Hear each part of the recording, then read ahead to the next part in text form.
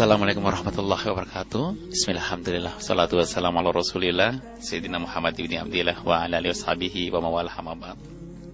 Apa kabar semua sahabatku? Di pagi hari ini, pagi yang dingin, sejuk, ceria. Mudah-mudahan sesuai dengan hati kita, menata hati kita lebih ceria, lebih indah, lebih sejuk dalam menata kehidupan rumah tangga kita. Baik, senang sekali rasanya Riyad menjumpai sahabat semua di hari Jumat tanggal 2 Rabiul Tsani 1436 Hijriah atau bertepatan dengan tanggal 23 Januari 2015. Kita biasa di Jumat pagi kita berada di zonanya Rumahku Sorgaku. Ya. Kita belajar menata kehidupan rumah tangga dan menghadirkan surga di dalam kehidupan rumah tangga kita. Ria tidak sendirian, ya, ditemani sama Kang Ramdan. Assalamualaikum warahmatullahi wabarakatuh. Waalaikumsalam warahmatullahi wabarakatuh, Om Riyad. Ya, sehat ya Kang? Alhamdulillah. Sehat. Ya, sejatinya biasa dibawakan oleh Muti. Dan tentunya beberapa hari ini Muti tidak bisa menjumpai sahabat semua ya Kang ya. Iya. Tentunya kangen nih. Dan mudah-mudahan Muti cepat sehat ya. Betul. Mohon doanya juga dari sahabat doanya semua. Ya, tentunya. Iya. Dan pagi hari ini kita akan belajar bersama narasumber kita, dan alhamdulillah sudah hadir bersama guru kita Buya dan abang kita Bang Ha. Kita sapa dulu ya. Assalamualaikum warahmatullahi wabarakatuh Buya. Waalaikumsalam warahmatullahi wabarakatuh. Buya sehat? Alhamdulillah. Berkat doa semuanya. Ya, baik. Dan semoga semua para pendengar dimanapun berada juga senantiasa dalam keadaan sehat lahir dan batin. Ya. Amin ya Allah. Baik, juga amin. Bang Hak yang ada di sini. Amin. Semuanya. Dan juga semoga acara ini benar-benar bermanfaat untuk semua yang telah berkeluarga atau yang merencanakan untuk berkeluarga. Baik. Amin ya. Ya, amin. Yang sebelah ini berencana. Baik. Dan ya. Dan abang kita sapa dulu. Assalamualaikum warahmatullahi wabarakatuh, Abang. Waalaikumsalam warahmatullahi wabarakatuh. Ya, Abang sehat? Alhamdulillah sehat. Subhanallah. Selalu ceria, Bang. Amin, insyaallah. Ya, Abang, kita akan belajar bareng dengan Buya juga. Itu bagaimana menata kembali kehidupan rumah tangga kita. Ya, sedianya Bang, rumah tangga itu dipupuk ya, didasari tentunya menggabungkan dua insan ini ingin memupuk rumah tangga yang lebih indah. Tentunya kan ada pupukan-pupukan di dalamnya, Bang. Iya. Tetapi kelihatannya kering kerontang. Kering kerontang. Justru yang kelihatan itu ya, justru yang kelihatan yang tetangga ini rumputnya lebih subur, lebih hijau, lebih iri terus Bang ngelihat rumah tangga orang lain. Nah, bagaimana ketika kita melihat atau rumah tangga kita melihat rumput tetangga lebih hijau. Nah, kita belajar bersama guru kita. Untuk itu bagaimana Bu ya? Ketika kita selalu melirik dan mengukur rumah tangga orang lain, justru kelihatannya lebih indah malah. Iya. Jadi itu yang akan kita jadikan tema ya. Baik, ya? betul. Rumput tetangga lebih hijau. Silakan Bu ya. Bismillahirrahmanirrahim. Assalamualaikum warahmatullahi wabarakatuh. Waalaikumsalam warahmatullahi wabarakatuh. Alhamdulillah, wassalatu wassalamu ala Rasulillah Sayyidina Muhammad bin Abdillah wa ala alihi wa ashabihi wa ma'ala. Bang Hak yang semoga senantiasa dimuliakan Allah, Bang Riyad, Pak Ramdan, dan para pendengar semuanya, semoga senantiasa dalam ridha Allah Subhanahu wa ta'ala. Amin. Dalam hal memandang, sudah ada pendidikan istimewa dari Nabi Sallallahu Alaihi Wasallam. Kalau kita ingin melihat ke rumah tetangga atau ke orang lain secara umum, jangan lihat masalah urusan materi dan dunia. Akan tapi kalau kita ingin melihat kepada tetangga, hendaknya kita memandang kepada tetangga kita, kepada tetangga yang secara segala sesuatunya adalah di bawah kita, agar muncul rasa syukur di dalam diri kita. Jangan melihat orang yang lebih tinggi dari kita, sehingga nanti yang ada di dalam hati kita adalah hanya merasa kurang terus dengan apa yang Allah karuniakan. Kalau dalam bahasa sederhana, yang punya motor, lihatlah tetangga yang hanya punya sepeda. Yang punya sepeda, lihatlah rumah tetangga yang tidak punya, hanya bisa berjalan kaki. Bahkan yang masih berjalan kaki pun melihat ada tetangga yang subhanallah, ternyata dia punya sakit dan tidak bisa berjalan, harus dengan kursi roda dan seterusnya. Yang pakai kursi roda pun harus bisa melihat kepada orang lain agar bersyukur kepada Allah. Lihatlah orang yang sudah terbaring, tidak bisa ngapa-ngapain, dan begitu seterusnya. Dan yang terbaring pun bagaimana bisa bersyukur kepada Allah Subhanahu wa taala, sehingga tidak di dalam hatinya tidak ada rasa tidak puas kepada Allah, tidak berterima kasih kepada Allah Subhanahu wa taala. Bahkan suatu ketika pada zaman Nabi SAW, pada zaman tabi'in ditemukan ada salah satu imam, apakah Imam Hasan Basri atau yang lainnya, suatu ketika menemukan seorang yang ternyata tangannya adalah seorang yang sangat fakir, kemudian kakinya itu terputus, tidak punya kaki, dan tangannya pun juga demikian, di badannya penuh dengan koreng. Akan tapi ternyata mulutnya itu masih selalu bergerak di sebuah tempat seperti itu. Akan tapi geraknya apa? Alhamdulillah. Orang terheran-heran bagaimana orang seperti itu masih bisa mengucapkan Alhamdulillah. Kemudian ada yang bertanya, bagaimana engkau bisa bersyukur dengan keadaanmu yang seperti itu? Jawabannya sangat sederhana. Alhamdulillah, Allah masih memberikan kepadaku keimanan di dalam hatiku, dan Allah masih bisa mengizinkan lidahku untuk selalu berzikir kepada Allah Subhanahu wa taala. Sampai derajat seperti itu. Jadi banyak nikmat yang Allah berikan kepada kita. Akan tapi kalau kita biasa melihat urusan dunia atau materi kepada yang lebih tinggi, maka yang muncul adalah rasa tidak terima kasih kepada Allah satu sisi. Kemudian kadang banyak hal yang akan menjadi rusak dalam kehidupan kita. Misalnya apa? Kita mandang orang lain, kemudian setelah itu kita terpengaruh dalam sisi menggunakan dunia, sehingga ada orang model belanja, model itu dan sebagainya, kita tiru hidupnya orang. Iya. Sehingga di saat kita meniru hidupnya orang, maka di rumah tangga kita pun akan berantakan. Karena apa? Berbeda, pemasukan kita berbeda. Iya. Jadi kalau kita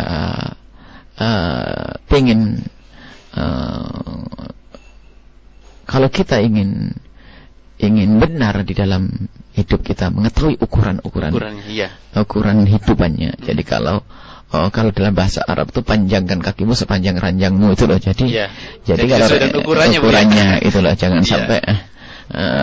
jangan sampai apa namanya kita itu mengikuti gaya hidupnya orang. Itu dalam urusan materi dan dunia.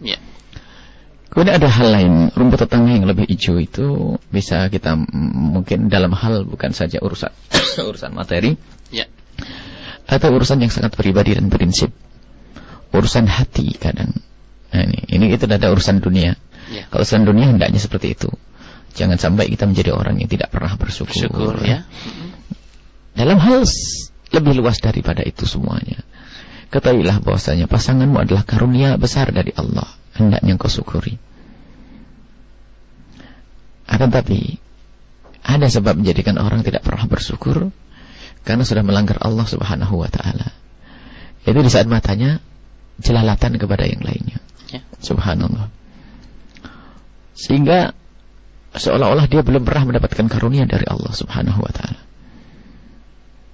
Dan kadang yang dilihat pun tidak harus lebih bagus daripada yang ada di rumah. Maka itu seperti sifatnya anjing. Biarpun di rumah banyak daging, di tengah jalan pun kalau melihat tulang, maka dia akan menggigit tulang tersebut. Adalah busuk, watak yang busuk. Sehingga kadang subhanallah, kalau sudah manusia jiwanya kotor seperti itu, maka kadang-kadang yang ia tergoda bukan seseorang yang lebih cantik daripada istrinya atau lebih ganteng daripada suaminya, hanya urusan syahwat, hanya urusan karena dia tidak pernah takut kepada Allah Subhanahu wa taala. Kalau pendidikan Al-Quran langsung dipangkas, qul lil mu'minina yaghuddu min absarihim. Katakan kepada kaum yang beriman itu untuk senantiasa menutup matanya.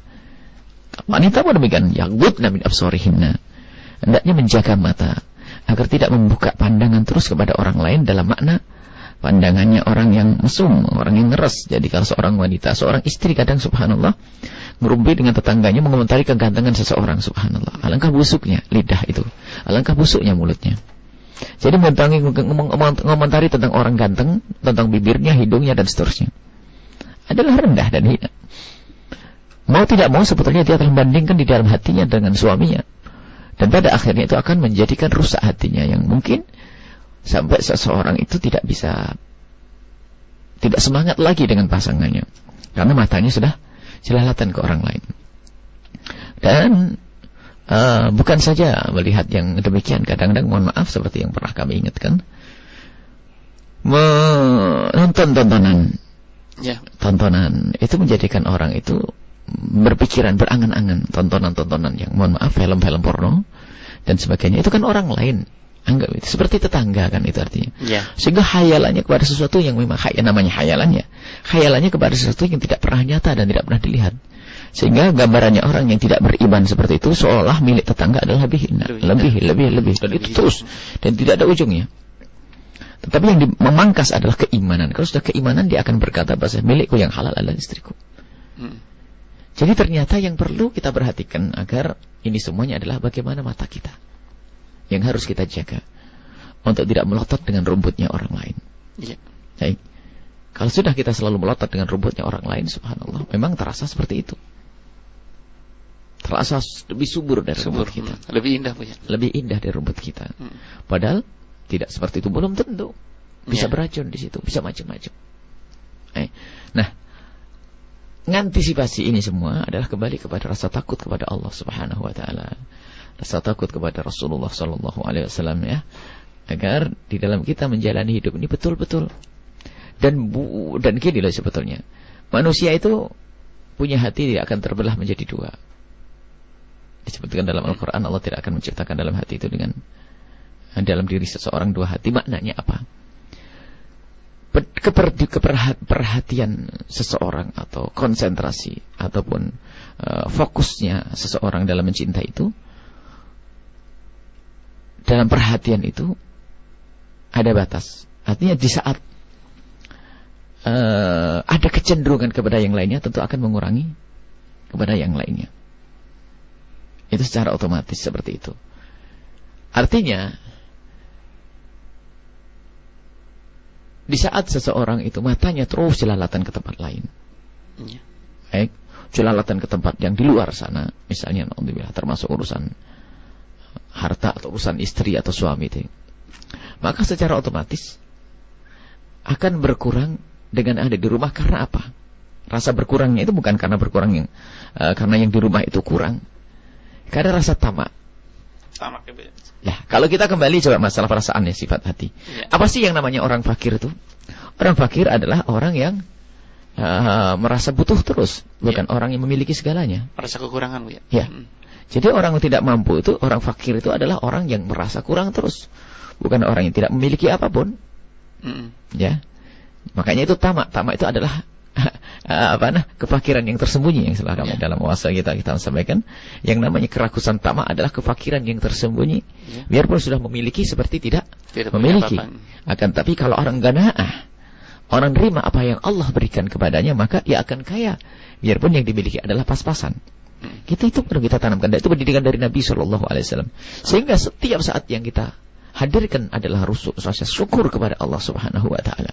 Nah, ini sebagai muqaddimah. Maka kami himbau dan ingat dengar Al-Quran, dengar Allah, dengar Rasulullah SAW. Jaga matamu. Awas.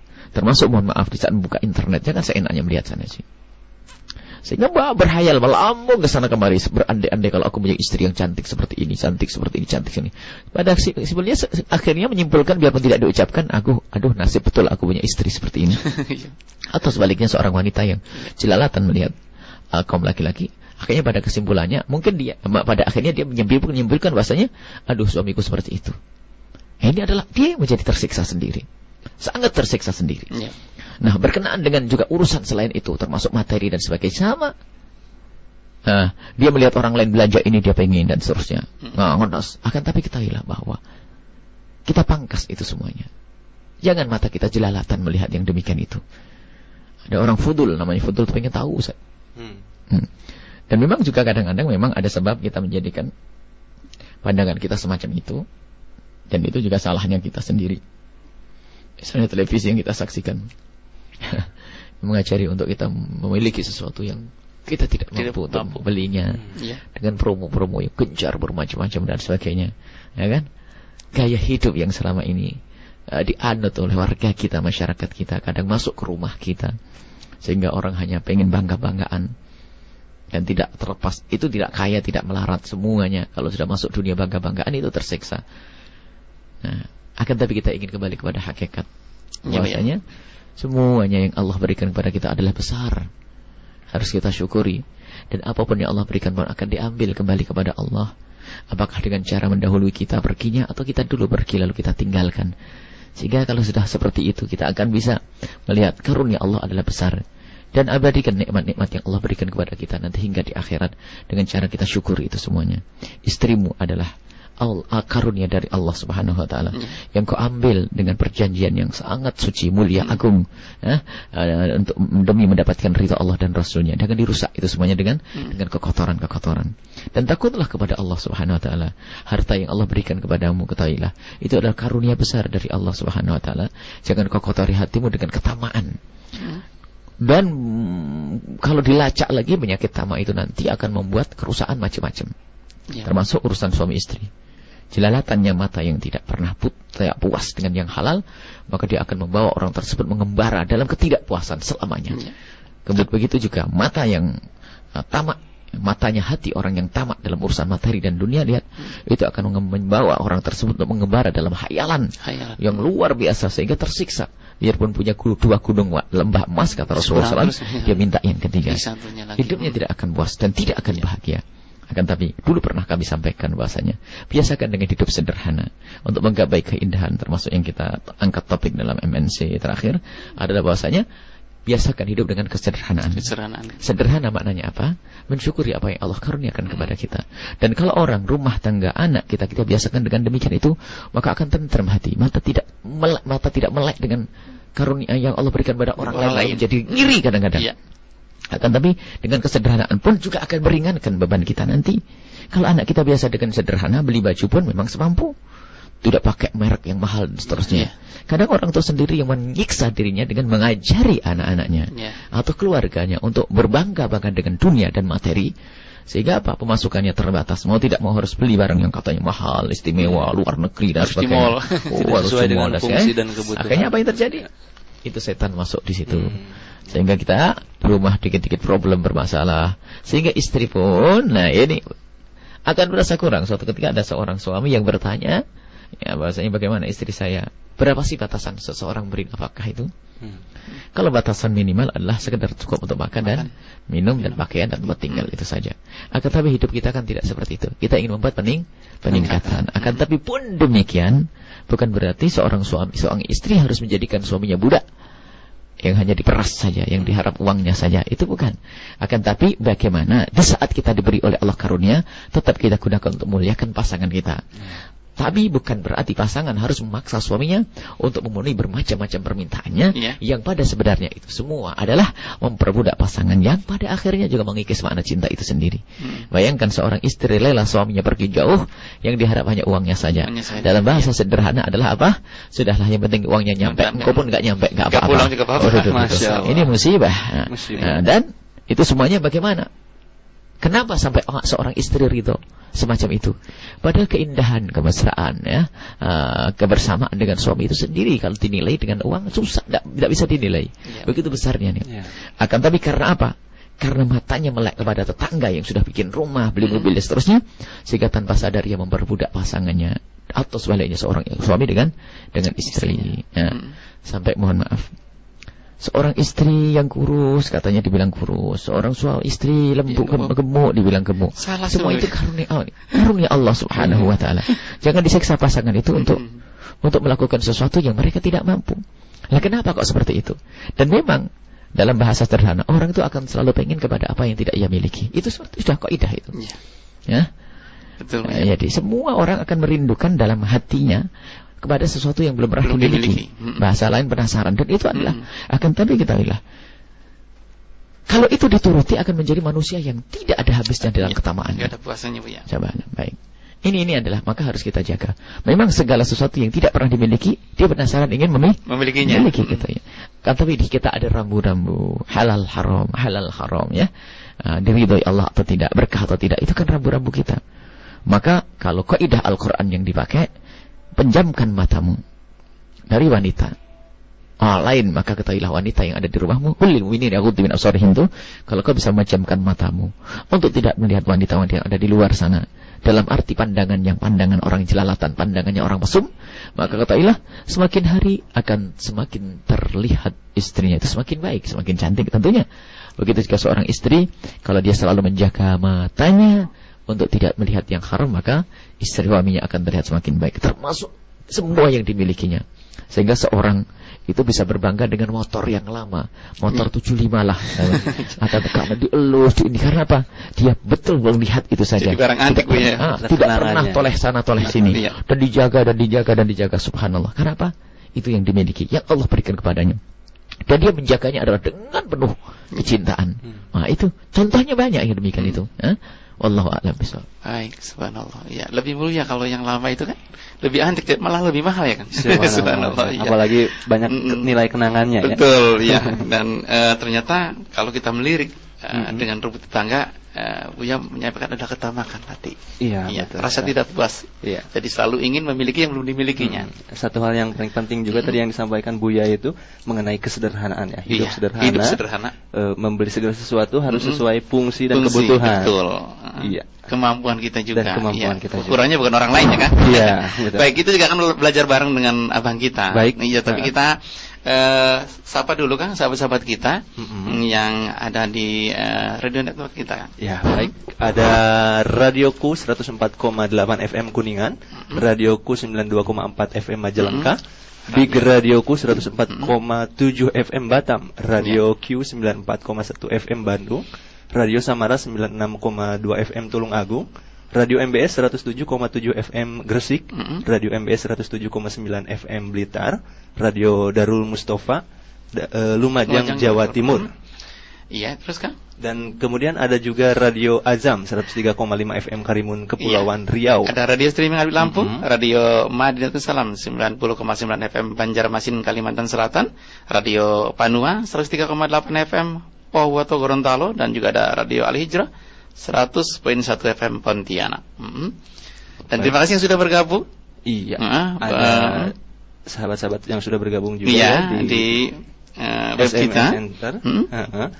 Yang ingin bergabung melalui line telepon, silakan nanti bisa telepon di 0231 336 7538 atau SMS di 081 321 461 079. Dan acara ini bisa didengarkan juga di media streaming kami ya, di www.buyayahya.org, www.radiokuonline.com, www.inspirasihati.com, dan www.tunein.com. Baik, kita akan belajar bareng juga sama abang kita, tapi tetap di 92,9 FM Cirebon.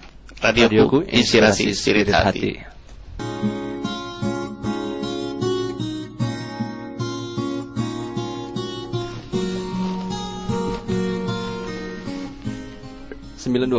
FM Radioku Cirebon Inspirasi Spirit Hati. Baik sahabatku, terima kasih kami ucapkan kepada Anda semua yang masih stay mendengarkan dan menyimak program acara Rumahku Surgaku pagi hari ini. Betul. Dan narasumber kita ya, subhanallah, Buya tadi sudah menjelaskan di Mukodimah, dan kembali di sesi kedua ini kita akan belajar dengan narasumber kita yang kedua ya. Iya, ada Bang Hak. Ada Bang Hak.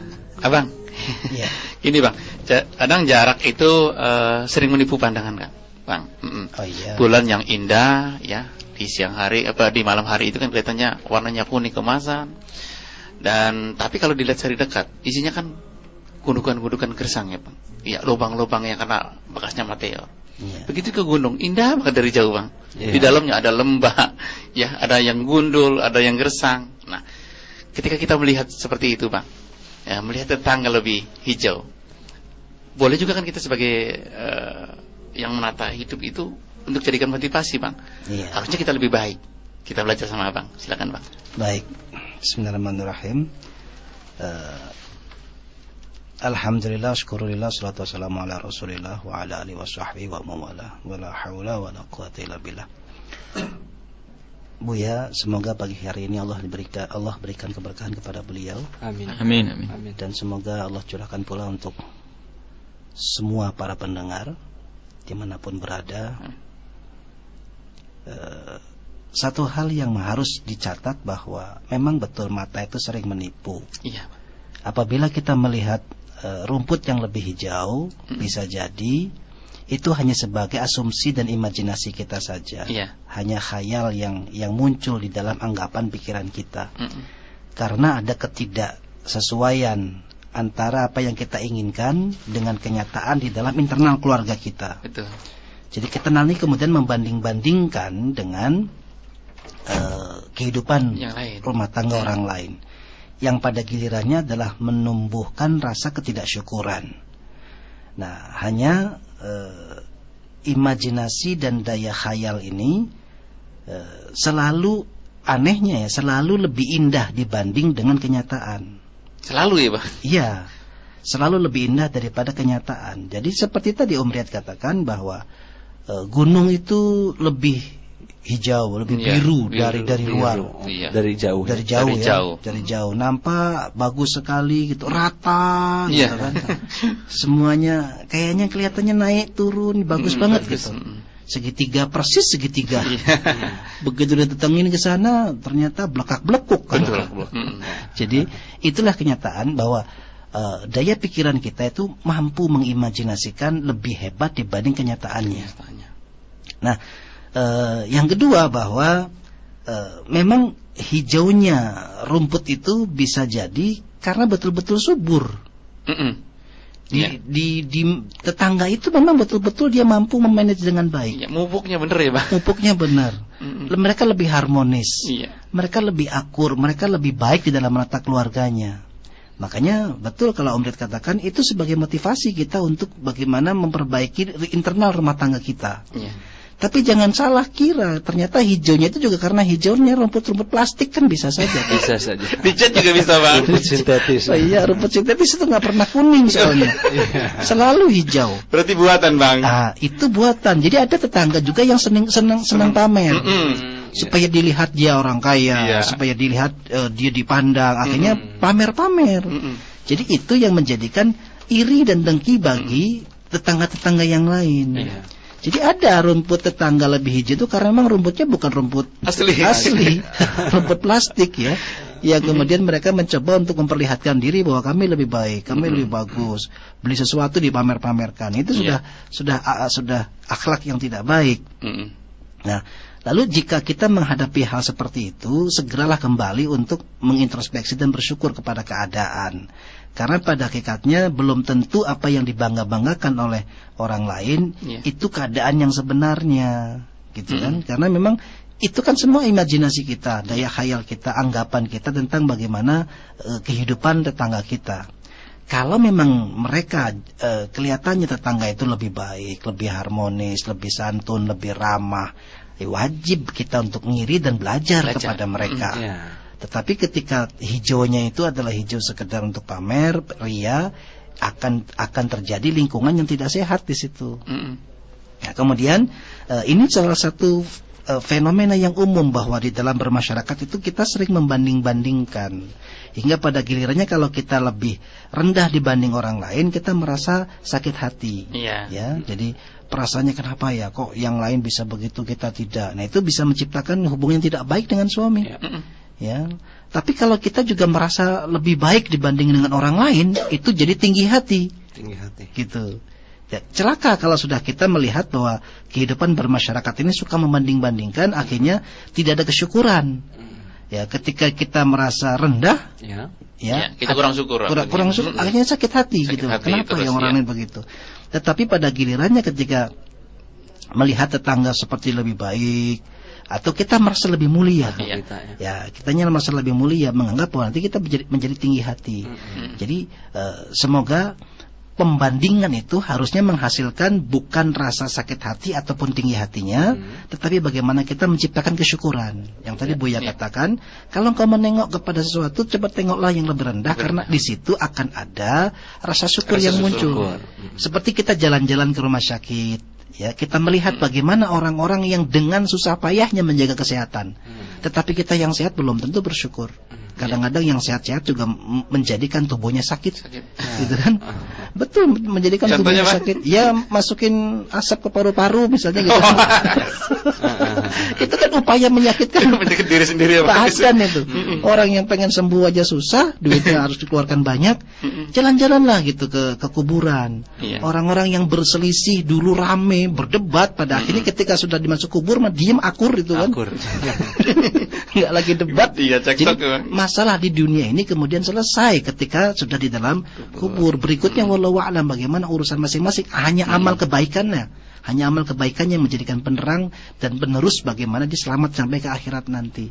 Jadi kalau kita belajar melihat dari kehidupan ini, cobalah kembalinya adalah untuk diri kita sendiri, introspeksi lagi, sehingga baik itu rumput tetangga ada yang kuning, mungkin karena layu, ada yang hijau, ataupun yang rumput plastik, semoga semua kembali kepada diri kita. Apa yang harus kita lakukan? Kalau ternyata rumput tetangganya lebih kuning karena kurang siraman, wajib kita untuk datang menyirami, gitu kan? Sirami supaya jadi hijau, gitu, supaya jadi lebih baik kehidupannya. Kalau tetangga kita ada yang tidak baik, ada yang tidak akur, atau yang kurang pangannya, datangi mereka. Sebagaimana kata Rasulullah, jangan sampai tidak dipandang iman seseorang kecuali dia bisa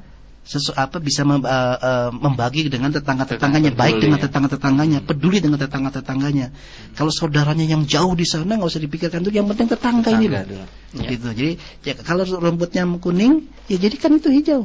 Jadi makna hijaunya saya di sini bukan rasa ingin iri semata, tapi bagaimana menciptakan kebaikan di dalam lingkungan rumah tangga, tetangga, dan bermasyarakat.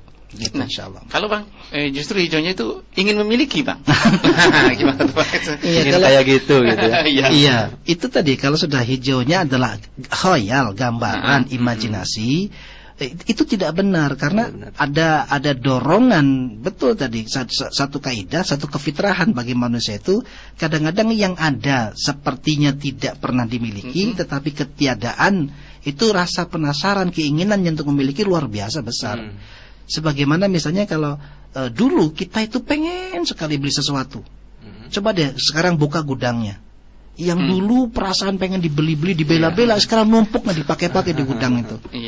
Ya, jadi ada perasaan ketika sebelum memiliki itu pengen banget dimiliki, setelah sudah dimiliki ada rasa sempat bosan dan pengen beli yang baru, yang belum dimiliki lagi, akan selalu begitu. Sampai kapan? Sampai mati. Sampai mati baru. Sampai mati baru. Jadi itu hanya khayal, hanya penasaran. Semoga salah satu caranya adalah kembali untuk melihat di internal rumah tangga, karena hunna libasulakum wa antum libasulahunna. Sesungguhnya bahwa wanita adalah pakaian buat sang suami, dan demikian pula sebaliknya. Suami juga pakaian buat sang istri. Jadi pandangannya ketika melihat sesuatu yang hijau di dalam tetangga dalam artian yang negatif, segera tengokkan ke rumput sendiri gitu. Ternyata rumputku lebih hijau gitu.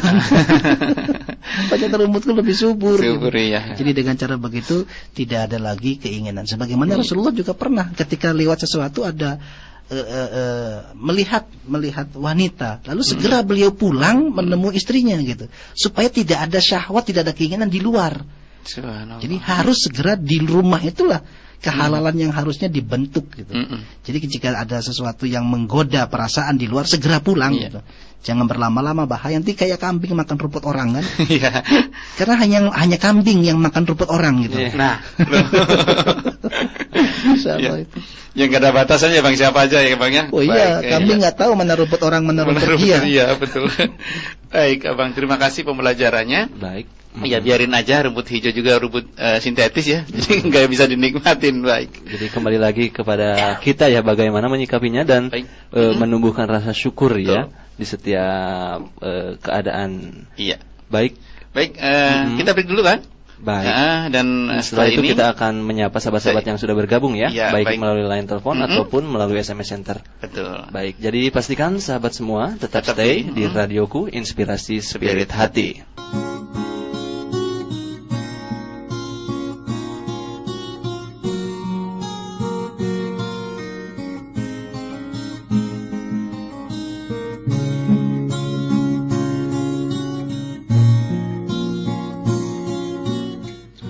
Masih di 92,9 FM Radioku, Inspirasi Spirit Hati.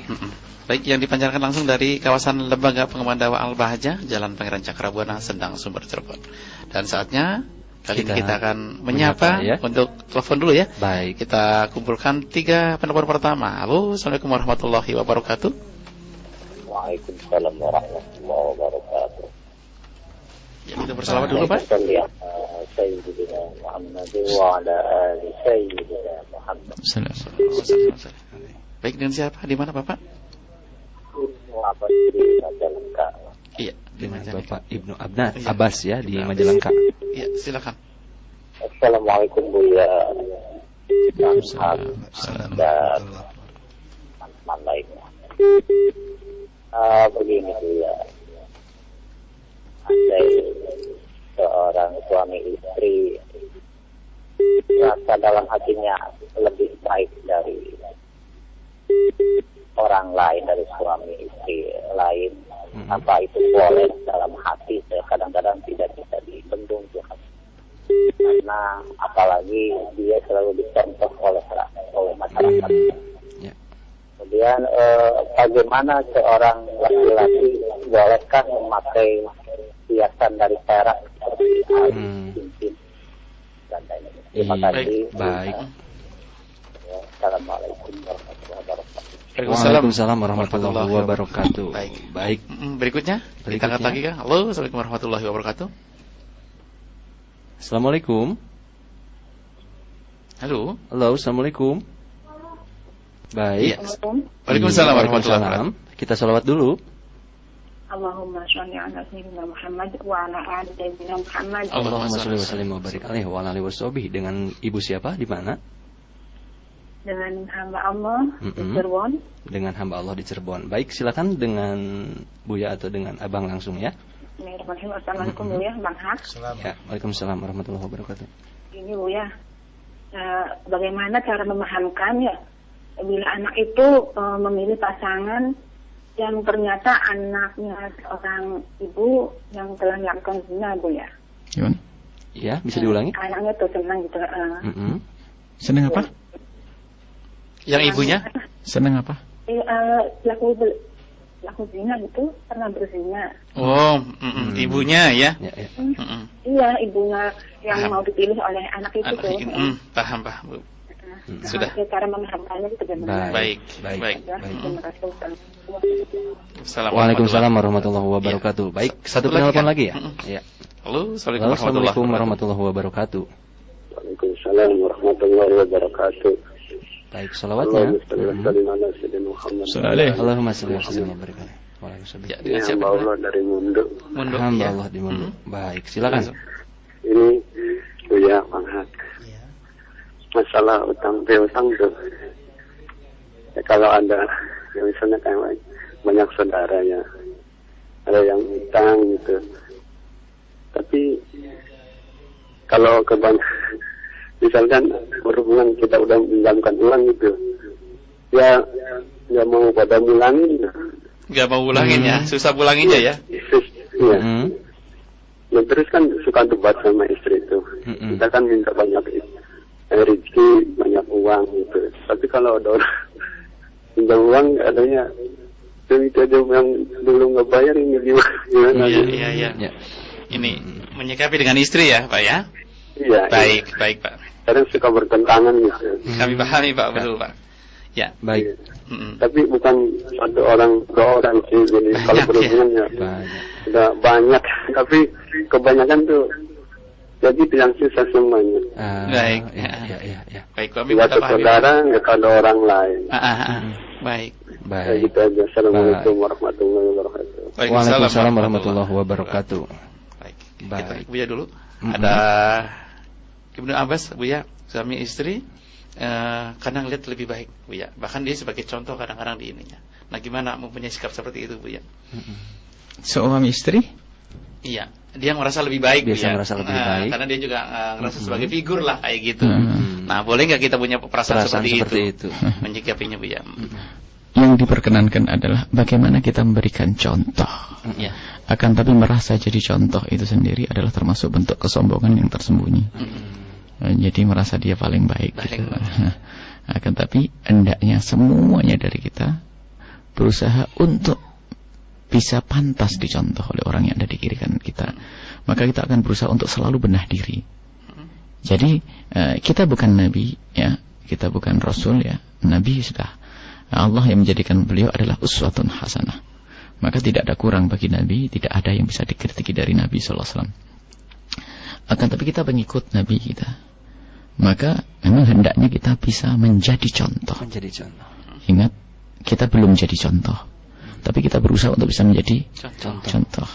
Perasaan merasa merendahkan orang lain sendiri adalah kekotoran di dalam hati yang tersembunyi, yang tidak terlihat, dan itu lebih kotor daripada jeleknya perilaku lahir. Sehingga para kekasih Allah itu perlu selalu melatih ketulusan hati di saat mereka melakukan kebaikan dengan lahirnya. Semoga ini adalah dengan batin yang karena Allah Subhanahu wa taala. Sebab kalau urusan lahir bisa basa-basi sosial. Artinya karena pengen dipandang oleh orang, karena dia merasa dirinya ustadz, sehingga tidak melakukan ini, itu dan sebagainya. Itu bukan karena Allah dan tidak diterima oleh Allah Subhanahu wa taala. Jadi ada orang menimbang cara berjalannya, cara duduknya, cara makannya, itu ditimbang dengan timbangan yang akan tetapi bukan karena Allah. Bukan seperti itu yang diinginkan Rasulullah sallallahu alaihi wasallam. Akan tapi yang diinginkan adalah bagaimana ketulusan di dalam melakukan itu semuanya, maka secara otomatis dia akan menjadi contoh. Jadi mulailah dari saya ingin menjalankan ini karena Allah. Kalau sudah begitu secara otomatis akan menjadi contoh.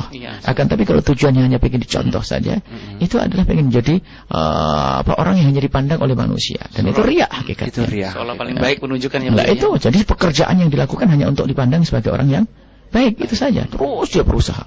Sampai mungkin sampai sunnah Nabi pun dijual untuk mengangkat, mengkatral dirinya untuk bisa menjadi orang yang dihargai, dihormati. Nah ini munafik ya. Nah, jadi terus ada ini. Makanya akhir-akhir ini semalam yang kita sampaikan di Cirebon TV, kita menyampaikan bahwasanya kita sudah waktunya untuk koreksi diri dengan Maulid Nabi Sallallahu Alaihi Wasallam. Jangan sampai kita itu menjadi orang yang hanya bisa mengaku-ngaku.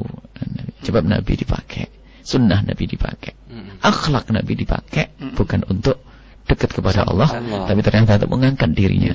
Sebab kalau sudah pakai stempel Nabi, akhlak Nabi, orang akan menyanjungnya, orang akan memuliakannya, tapi hatinya tidak pernah sambung dengan Allah dan Rasulnya. Baik, ininya apa? Berusahalah untuk melakukan kebaikan untuk bisa dicontoh, tapi jangan menyatakan aku adalah contoh. Gitu ya. Baik. Cukup ya? Iya. Abang nambahin? Cukup ya? Baik. Ya. Baik, yang kedua Bu ya, langsung ini. Ini ada ibu punya anak. Senang sama wanita gitu, tapi ibunya si wanita itu bekas berzina gitu Bu ya. Nah, dia berharap nggak boleh gitu. Nah, nasihatnya gimana katanya gitu. Baik. Ya, subhanallah. Semoga Allah mengampuni, dan sebenarnya kita tidak perlu terlalu banyak tahu tentang yang demikian itu. Orang berzina di hari yang lalu bisa bertobat di hari sekarang. Urusan seorang ibu. Semoga Allah mengampuninya dan menutup aibnya, dan kita pun tidak usah membahas dengan anak kita. Membicarakan calon mertua, calon besan itu pantas juga. Kemudian yang kedua adalah al-mal'u yuladu ala al-fitrah. Semua orang itu dilahirkan dalam keadaan suci. Jika itu kesalahan ibundanya, tidak boleh ditumpangkan kepada anaknya. Anaknya bisa menjadi seorang yang baik, kekasih Allah Subhanahu wa taala. Jadi jangan dihubung-hubungkan. Apalagi menghubungannya dengan mengatakan ibunya pezina, itu kan menggunjing baru lagi. Baik kalau memang anaknya tidak perlu. Kalau memang anaknya solehah, mungkin ada seorang ibu berzina atau pernah berzina lah, kalau kita katakan berzina terlalu kasar mungkin ya. Pernah berzina, terpeleset lalu kembali, buktinya apa? Anaknya dididik dengan yang baik, dimasukkan ke lembaga-lembaga kemuliaan, pesantren atau yang lainnya, sampai terdidik menjadi mulia. Anak mulia tidak ada hubungannya dengan ibunya, tidak ada hubungannya dengan ibunya. Ada semacam keyakinan kalau ibunya pezina, anaknya pezina. Itu adalah masalah psikologi dan sepinya pendidikan. Misal, di saat seorang anak tidak dididik dengan pendidikan yang baik, tidak takut kepada Allah, maka yang namanya syahwat kan ada datang sesaat kan begitu. Kemudian dia dihadapkan dengan orang yang akan bisa berzina dengannya. Di saat rasa takut rasa takut kepada Allah sudah hilang, dia teringat ibunya pun demikian. Kenapa saya harus tahan-tahan? Ibu pun akan bisa marah. Kenapa? Dia pun juga begitu dulu. Ini masalah psikologi. Bukan karena anak berzina langsung menjadi berzina, tidak. Jadi kita lihat hakikatnya anak tersebut. Kalau dia solehah, baik, benar, ya kenapa? Justru kita tolong dia supaya tidak terus berada di dalam kubang kehinaan rumah yang kotor itu. Tapi lebih dari itu, jangan biasa bicara tentang perzinaan seseorang. Baik, kalau kita melihat orang pernah berzina dan sebagainya, kalau kita tidak cocok, sudahlah kita tidak cocok saja, tanpa membahas karena dia berzina dan seterusnya. Cukup. Kenapa tidak diterima? Mohon maaf karena satu hal. Kita selesai. Ya. Bukan itu yang ditonjolkan Bu ya? Tidak usah. Dipermasalahkannya bukan itu. Bukan karena lain, istikharah atau Baik. Terima kasih Bu ya. Kita menyapa hamba Allah yang dimundur. Abang, masalah utang piutang, Abang. Ini diberikan rezeki banyak, Bang. Iya, setiap memberikan utang biasanya memang sulit orang itu akan mengembalikan. Kadang-kadang aja sisanya. Nah, kita berharap si Bapak ini pengennya selalu memberikan utang sama orang lain. Tapi kadang-kadang sama istri nih, Bang, pemahamnya. Ya wanita kan kadang-kadang gitu. Maaf, pengennya sih yang utang ya harus bayar lunas. Gitu ya. Kalau misalkan ini jangan diberikan lagi lah. Kan gitu. Nah, gimana Bang menyikapinya, Bang? Baik, kita itu hidup di antara dua kutub, ada terlalu baik dengan terlalu tidak baik. Nah, terlalu baik itu tidak baik. Terlalu baik tidak baik ya, Bang. Terlalu baik itu tidak baik. Sama dengan terlalu banyak makan dengan terlalu kurang makan. Ya toh? Satu kurus banget ya, Bang. Iya, jadi sesuatu yang berlebihan itu tidak baik. Bahkan kebaikan saja ketika berlebih itu jadi tidak baik. Karena tidak ada pendidikan di sana. Jadi gini, karena banyak juga orang datang ke tempat saya juga kemudian datang, Bang saya begini. Saya bilang ke BMT aja. Gitu kan. Kalau mau hutang piutang ke BMT aja. Kalau ke kami khawatir ada sesuatu yang bisa menyalahi niat. Gitu loh. Nanti kalau terjadi tidak bayar, ada ngedumel di hati saya. Dan itu sudah keluar duit, ngedumel lagi, nggak ikhlas sayanya, rugi gitu kan. Kalau rugi ngeluarin uang sih nggak jadi masalah. Ini rugi kepada Allah itu loh yang paling berat. Ya toh? Jadi setidak-tidaknya kita juga memberi edukasi kepada masyarakat bahwa kalau hendak meminjam itu diketahui dulu antara hak dan kewajibannya. Pak, kalau Bapak mau berhutang kepada kami, ada keperluan-keperluan tertentu, ada hak yang harus kami lakukan dan Bapak harus terima. Lalu ada kewajiban yang Bapak lakukan, gitu. Dikasih tahu dulu, sehingga nanti pada saatnya ketika datang kewajiban-kewajiban itu, dan itu harus tercatat, harus ada saksinya di situ, sehingga nanti suatu saat tidak akan terjadi fitnah dan betul-betul terdata dengan baik. Islam sudah mengajarkan semua itu. Nah, lalu jangan sampai kita memberikan sesuatu kepada orang dengan tujuannya maksudnya adalah menolong, tetapi tidak ada edukasi kebaikan. Gitu loh. Tidak ada edukasi kebaikan, menjadikan karakter masyarakat itu udah pinjam aja ke Pak itu. Udah pinjam gimana? Udah nggak usah bayar. Kita juga nggak pernah bayar. Kalau lunas juga nggak apa-apa dia mah. Nah, itu menjadi edukasi yang tidak baik gitu. Jadi gini, jika ada orang melihat satu kesalahan dan tidak segera menegur, berarti dia juga telah ikut andil dalam kesalahan itu. Gitu loh. Maka bahkan Rasulullah ketika ada orang meninggal, ada beberapa orang yang meninggal, kemudian beliau bertanya, pertanyaan itu sederhana. Dia punya hutang nggak?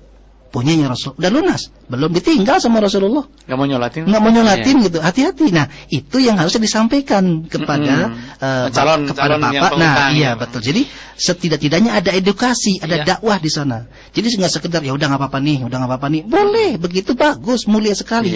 Tetapi tidak akan menjadi kebaikan. Gitu loh, menciptakan orang itu terlalu mudah untuk bukan meminta bantuan, terlalu mudah untuk mengandalkan.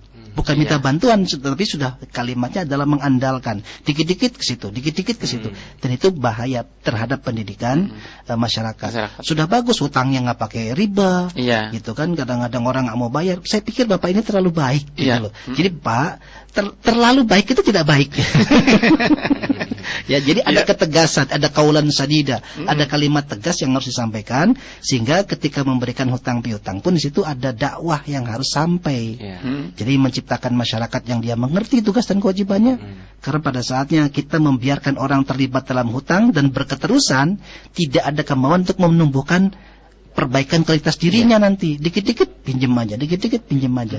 Dan itu akan menciptakan masyarakat yang tidak baik. Ya, Abang, karena kebaikan Bapak ini akhirnya juga berselisih dengan istri, Bang. Maksudnya gitu, Bang, gimana, Bang? Iya. Akhirnya di internalnya betul, sang istri itu harus bisa mengimbangi. Memang harus begitu. Jadi ada gas, ada rem. Jadi ketika sang bapak terlihat seperti itu wajar. Karena sang istri itu sebaik-baik pengelola harta suaminya. Jadi kalau sang istri itu adalah ya pengelola harta suami, gitu. Nah, Lalu wajar kalau sang istri kemudian, Pak, mbok ya ingat gitu loh. Yang kemarin kan banyak juga. Jadi bukan mengungkit-ungkit, tapi mengingatkan. Nanti edukasinya nggak tepat gitu loh. Memberikan pelajaran kepada masyarakat nggak tepat. Kalau mau menolong, ya, dan tidak ada hutang piutang. Membantu namanya. Tidak ada hutang piutang. Kalau mau menolong loh. Tetapi kalau ada hutang piutang di situ, berarti harus tercatat, harus ada pembayaran, gitu kan? Nah, yang Bapak inginkan ini mungkin beliau ingin membantu. Nah, kalau ingin membantu tidak perlu dicatat. Ya, berbeda. Ikhlaskan saja. Berbeda dengan hutang piutang. Hutang piutang harus tercatat. Bayangkan kalau pengen membantu itu dicatat, si A 300.000, si B 500. Buat apa? Ini saya udah ngebantu banyak orang. Ya buat apa jangan membantu dicatat? Berbeda. Tapi kalau hutang piutang harus dicatat. Dan orang harus tahu hak dan kewajibannya. Gitu. Nah, ibu ini betul, dia menempatkan pada posisi yang tepat, mengingatkan kembali kepada sang ayah, sang suaminya untuk menempatkan pada posisi yang baik. Terlalu baik itu tidak baik. Jadi kalau Bapak inginnya membantu, katakan kepada ibu, Bu, ini loh kita ngebantu. Alhamdulillah kita diberikan rezeki yang banyak dari Allah Subhanahu wa taala. Udah pokoknya Bapak akan bantu. Ya sudah, kalau bantu. Akadnya bukan hutang piutang. Tapi kemudian istri bilang, tapi kan Pak, kalau orang selalu dibantu terus, nanti nggak mau jadi. Lah itu kan prasangka ibu, gitu kan. Mbok ya kalau kita membantu orang, insya Allah Allah akan membantu kita. Itu namanya nasihat yang baik. Tapi kalau hukumnya adalah hutang piutang, ya memang harus ada hak dan kewajiban yang harus dipenuhi ya. Cukup Bapak? Ya harus komunikasi dengan baik itu, mau membantu apa mau hutang piutang. Baik, Buya nambahin Buya. Baik, cukup baik. Kita break dulu Kang ya. Kita break dulu. Habis ini kita akan sapa sahabat-sahabat kita yang bergabung melalui SMS Center ya. Baik. Tetap di 92,9 FM Radioku Inspirasi Spirit Hati.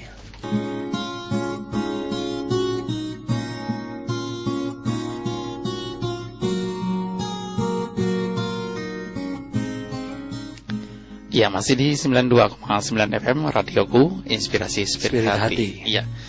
Nah, kita berada di zonanya Rumahku Surgaku dan saatnya kita menyapa sahabat-sahabat yang sudah bergabung lewat SMS Center kami. Ya, silakan Kang, bacain Kang. Baik, langsung saja saya bacakan SMS pertama yang sudah bergabung. Ada sahabat di 792. Assalamualaikum warahmatullahi wabarakatuh. Waalaikumsalam warahmatullahi wabarakatuh. Sallu ala Nabi Muhammad, Allahumma shalli wa sallim wa barik alaihi wa alihi washabihi. Mau tanya, bagaimana menyikapi tetangga yang acuh dan menganggap kita tidak kenal karena kita tidak memberikan dia pinjaman uang, jadi dia marah. Ya, jadi itu yang pertama. Udah. Lebih dulu apa? Baik. Tetangga cuek.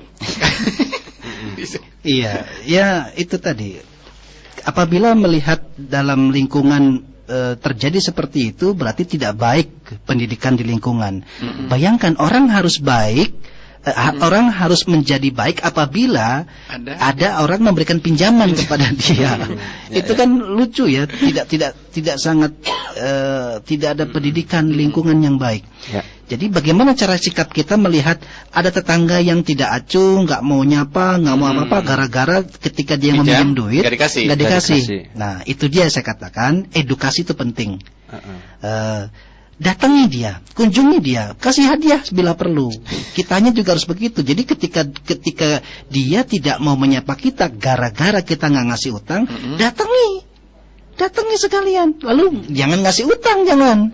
Tapi bawa hadiah, bawa makanan, bawa sesuatu yang menyenangkan. Jadi jangan ketika ada orang yang acuh lalu kita juga ikut acuh. Tadi ketika rumputnya kuning, datengin, siramin supaya jadi subur gitu. Ya, lalu ini satu hal fenomena di masyarakat, tetangga itu akhirnya muter pinjem. Karena ada terjadi si A itu tukang minjem di kampungnya.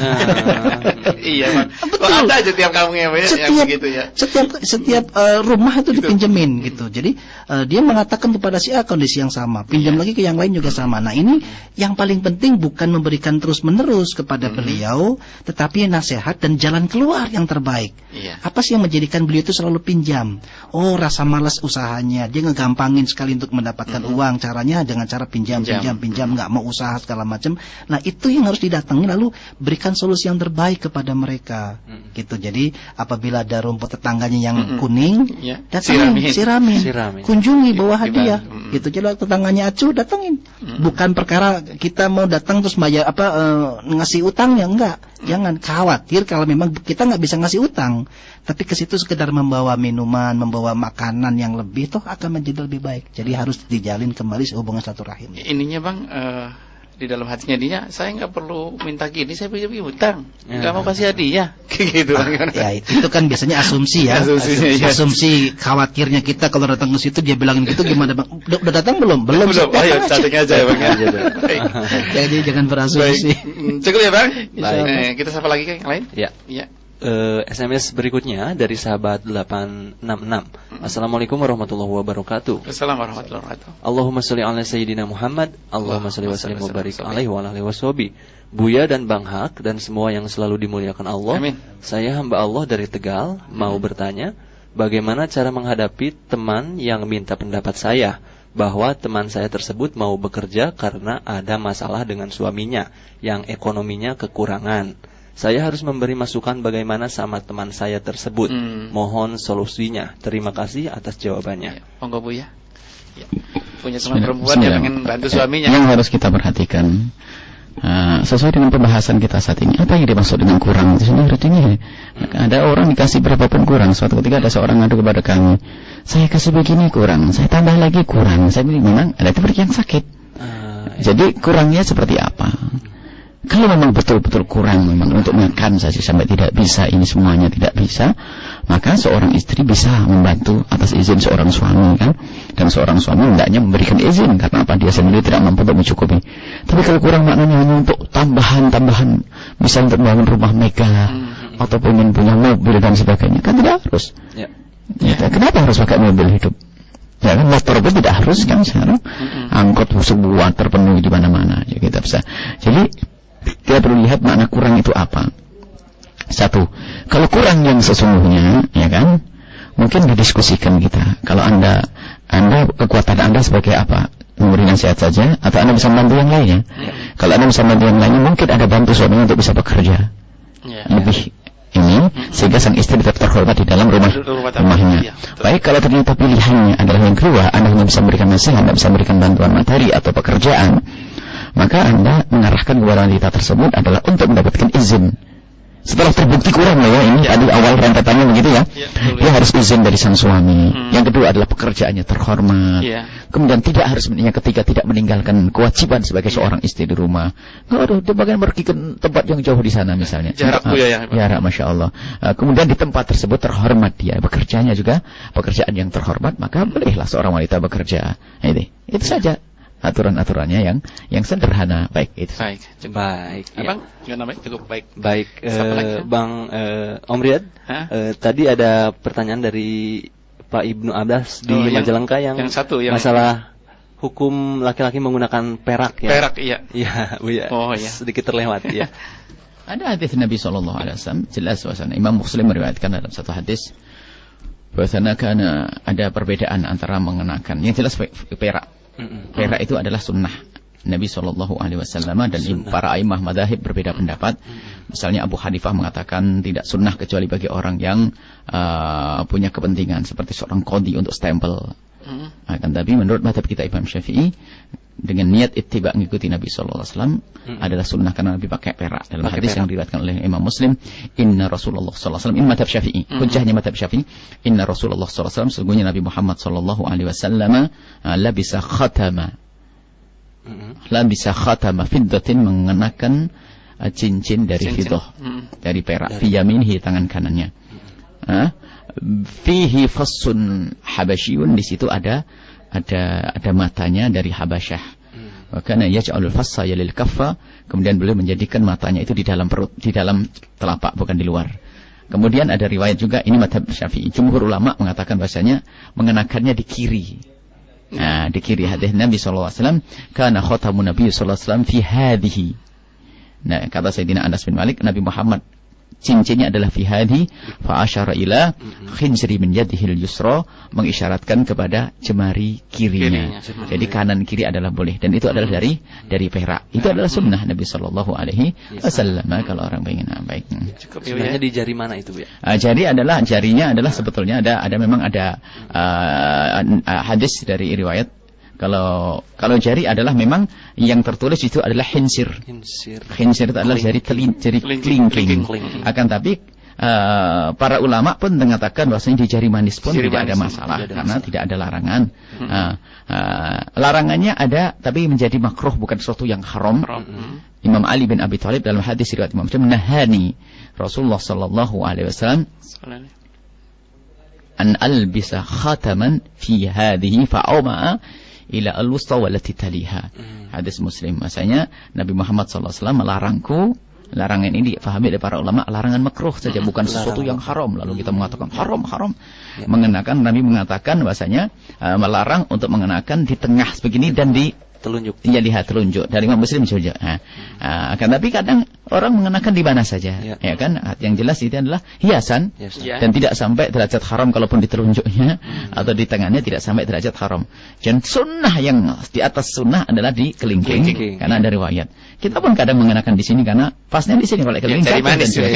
Kita juga punya yang di kelingking gitu dan kita pakai ke dalam itu. Akan al-fassu yalil kaffa. Ada cincin kita macam-macam, ada yang di sini.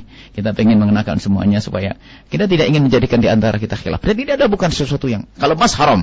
Jadi kalau kita melihat orang di mana saja, apakah di kanan dan di kiri ya, sampai nanti dibahas oleh para ulama berbilang cincin itu boleh atau tidak. Sebagian mengatakan adalah tidak diperkenankan, makruh. Kata madhab Imam Malik satu saja. Kalau madhab Imam Syafi'i tidak sampai makruh, cincinnya 2 dan sebagainya. Dan ini kayaknya memang karena marak orang sebagai cincin. Tapi perak. Selain perak adalah tidak sunnah sama sekali. Selain perak tidak disunnahkan. Kalau emas adalah haram, kalau besi adalah mubah boleh saja. Tapi kalau perak adalah sunnah karena Nabi mengenakan perak. Allah alam bisawab. Subhanallah. Satu lagi kan? Baik, satu lagi. SMS ya. Baik, ada sahabat 476. Assalamualaikum warahmatullahi wabarakatuh. Waalaikumsalam warahmatullahi wabarakatuh. Allahumma shalli ala sayyidina Muhammad. Allahumma shalli wa sallim barik alaihi wa ala alihi. Buya, Bang Hak, semuanya aja semoga dirahmati Allah. Amin. Ini dengan Ayah Hafiz yang ada di Megu. Bang, ada seorang istri mau cerai sama suaminya. Sudah berulang-ulang kali kata-kata cerai, tapi bilangnya sama adiknya aja dan lewat SMS. Apa itu jatuh talak atau bukan? Ya, baik. Itu dia pertanyaannya. Terima kasih. Wassalamualaikum warahmatullahi wabarakatuh. Wassalamualaikum warahmatullahi wabarakatuh. Ya. Tolak itu biarpun diucapkan dengan main-main akan jatuh jika diucapkan.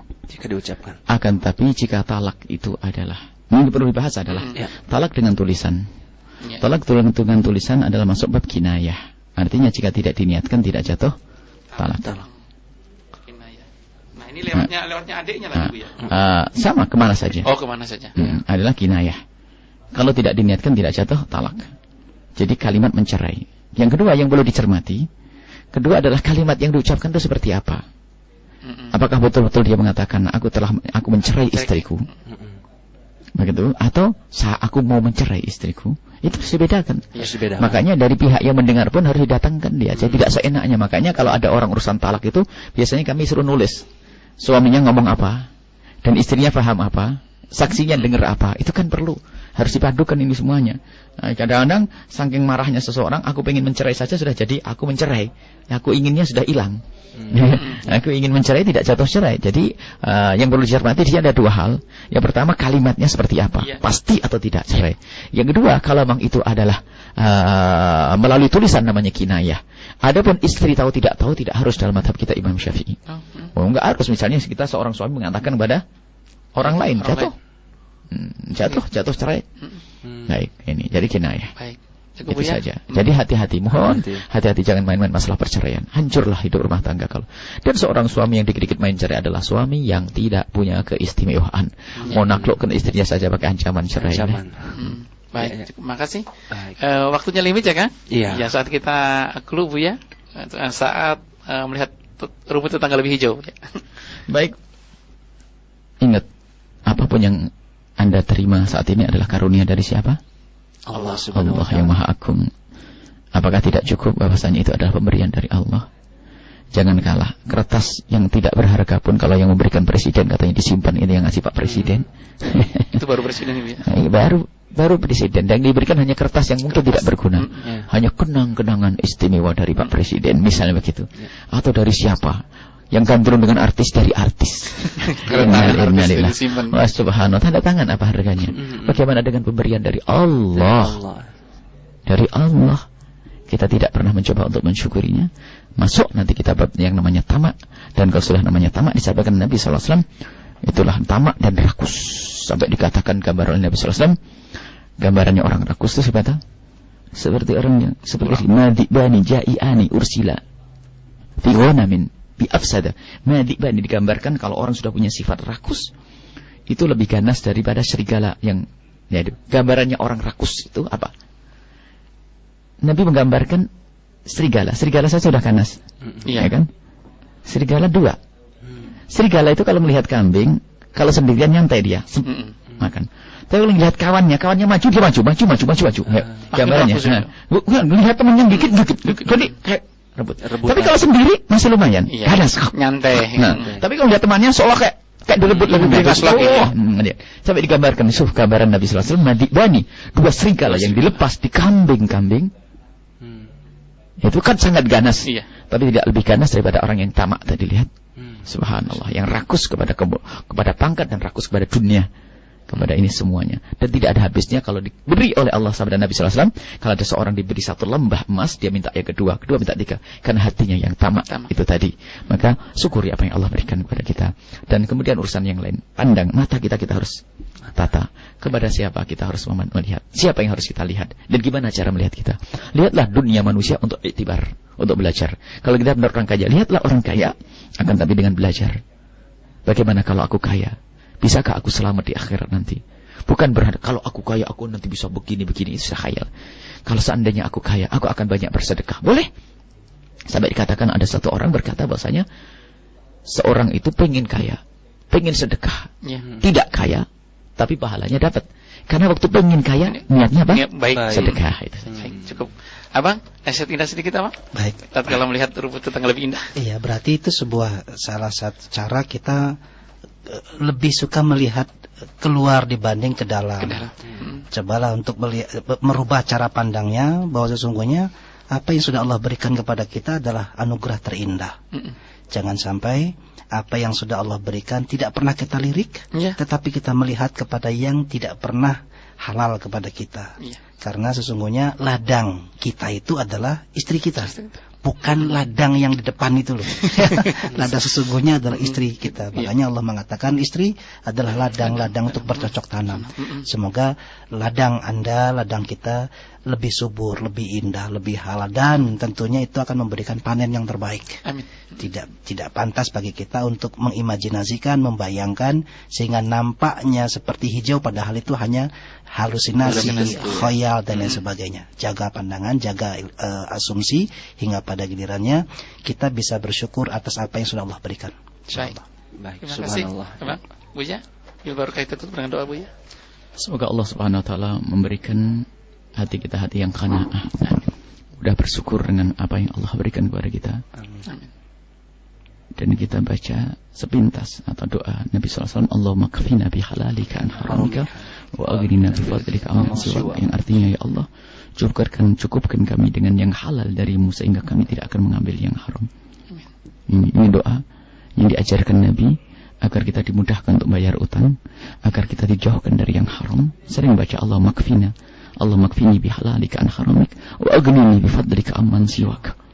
Ini saja, semoga Allah menjadikan kita betul-betul orang yang cukup, merasa cukup dengan yang halal dari Allah Subhanahu wa taala. Halal dalam segalanya, mata kita cukup dengan yang halal, anggota tubuh kita cukup dengan yang halal, semuanya cukup dengan yang halal dari Allah Subhanahu wa taala, sehingga kita terjauhkan dari yang haram, keluarga kita dan anak kita pun demikian. Al-Fatihah. A'udzubillahi minasyaitonir rajim. Bismillahirrahmanirrahim. Alhamdulillahirabbil alamin. Baik, terima kasih Buya dan